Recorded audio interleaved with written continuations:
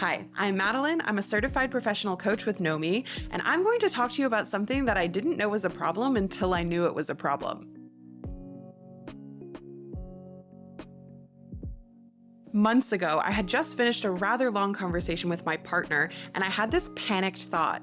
Am I a bad listener? It kind of sent me into a spiral because the more I talked to people, the more I started asking myself, am I a bad listener? I mean, I would make the conversation about myself. I would listen to what they had to say and immediately respond with something that I thought about. I didn't really feel like I was listening, at least not deeply, and I'm a talker. I love talking, so I felt like I was always talking instead of listening.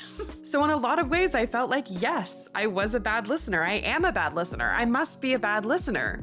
But I also knew more about these people than anyone else in their lives. Even the ones that did ask questions. I might not have asked 10 follow-up questions because I got very distracted by a shiny object in the story and dove into a tangent. But even with the context I had, I knew what was really going on beneath the surface. If you quizzed me on their current mood, I'd need like 20 seconds to figure it out. So how could I possibly be a bad listener when I knew the people in my life sometimes better than they knew themselves? I figured out the answer to my mystery when I wasn't even looking for it. It turns out I was a very good certain kind of listener, which led me to realize there's more than one kind of listening in the first place. I learned this on my journey when I first started training to become a certified professional coach. And I'm here to share that framework with you so that you don't have to go through all the robust training yourself. Holding space for another person, learning how to not make it about yourself, that is huge. It builds trust, it helps solve problems, it helps you grow in managing your own emotions and reactions to things, and ultimately, can you imagine if we lived in a world where everyone had that skill set?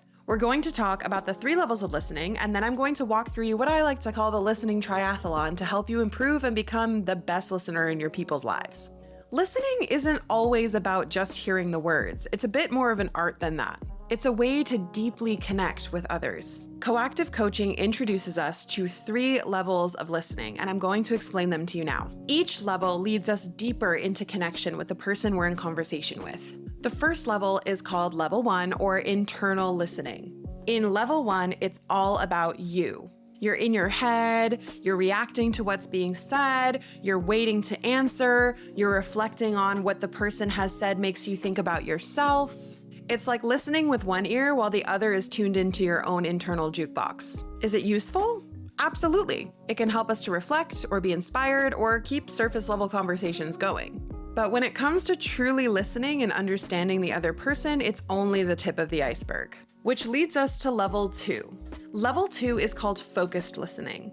This is when you're giving someone your full, undivided attention. So you turn off that internal jukebox and you tune into what they're really saying. You're not just hearing their words, you're hearing their motivations and their emotions. This is where empathy lives. It's like being a human satellite dish where you pick up on the words, the feelings, and the underlying context. You're just getting all those juicy signals. In this level, you're really focused on the other person. And while this is a great place to sit, and it's often the next step when we realize we want to improve in our listening skills, there's one more level that really supercharges the situation. And that's level 3. Level 3 is called global listening. Global listening is the superhero of listening. You're not just hearing words or seeing expressions. You're sensing the energy in the room. This is about noticing what's not being said. The pauses, the sighs, the silence, even the shifts in tone. This level of listening is like having a sixth sense. You tune in with the unsaid, the emotional undercurrents. All right, ready to become a listening ninja? Here is an exercise that is part coach, part Sherlock Holmes, and 100% about turning you into the listening maestro everyone wishes they had in their corner. It is called the listening triathlon. Step 1 of the triathlon is called Me, Myself, and I. This is internal listening, level 1. The objective here is to recognize what's going on in your own head. For one day, jot down every time you find yourself zoning out in a conversation, thinking about your own experiences, or thinking about what you might have for dinner that night. That's the point. The outcome is we want you to start seeing patterns. Maybe it happens most when you're tired or overstimulated. Awareness is always the first step to change. Step 2 of the triathlon is called the empathy mirror. This is level 2, or focused listening. The objective of this kind of listening is to get out of your head and into theirs, and not in a creepy way. Pick a conversation and practice being 100% present, even if you have to turn off your phone or silence something to make that happen. Imagine that you're a detective trying to understand the nuance of their story. Reflect back what they're saying, not just the words, but what they might be feeling. Sounds like you're really excited about that new project. Or that sounds really frustrating. The outcome we're looking for here is that people in your life are going to start feeling really validated. They might even open up, giving you more insight into their world. Step 3 of the triathlon we'll call the vibe detector. This is global listening. The objective here is to tune into what's unsaid. This is more about the energy or the unspoken vibes. The next time you're in a group interaction, I'm going to challenge you to take a small amount of time, and I do say small because sometimes it can be awkward to do this for a length of time, and just play the role of the observer. Watch body language, tone shifts, and those long pauses. Did someone tense up at a certain topic? Did the energy shift? Did the energy dip at some point? This is what you're making note of. The outcome is to train yourself in that sixth sense we've been talking about. This is also part of what's going to train your intuition. And likely with some of the people in your life, you've already trained this level of intuition with them because you know them so well. The key of training in the triathlon, though, is that you don't necessarily need to have length of time on your side to connect with someone deeply. It's the skill of listening that's going to help you get there faster.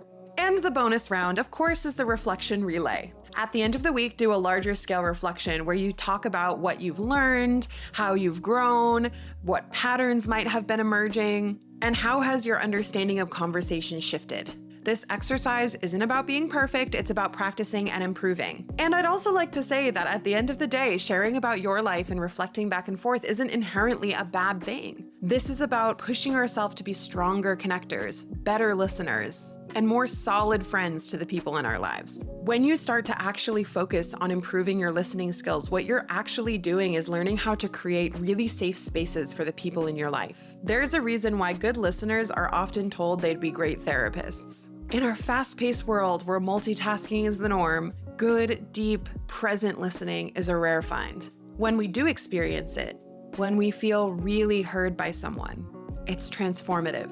It's validating, empowering, and deeply connecting. The more you practice the 3 levels of listening, the more it will enrich your life. It certainly has for mine. So here's your mission. Go out there and be that person. Be the one that holds space for others in such a way that they feel like the most important person in the world for that moment. You'll be amazed at how much more colorful and vibrant life becomes when you develop this sixth sense. When you really dive into the experiences of others with an open and curious mind. And you're not just helping others, you're creating a more empathetic world, which is what we really need right now. So thank you.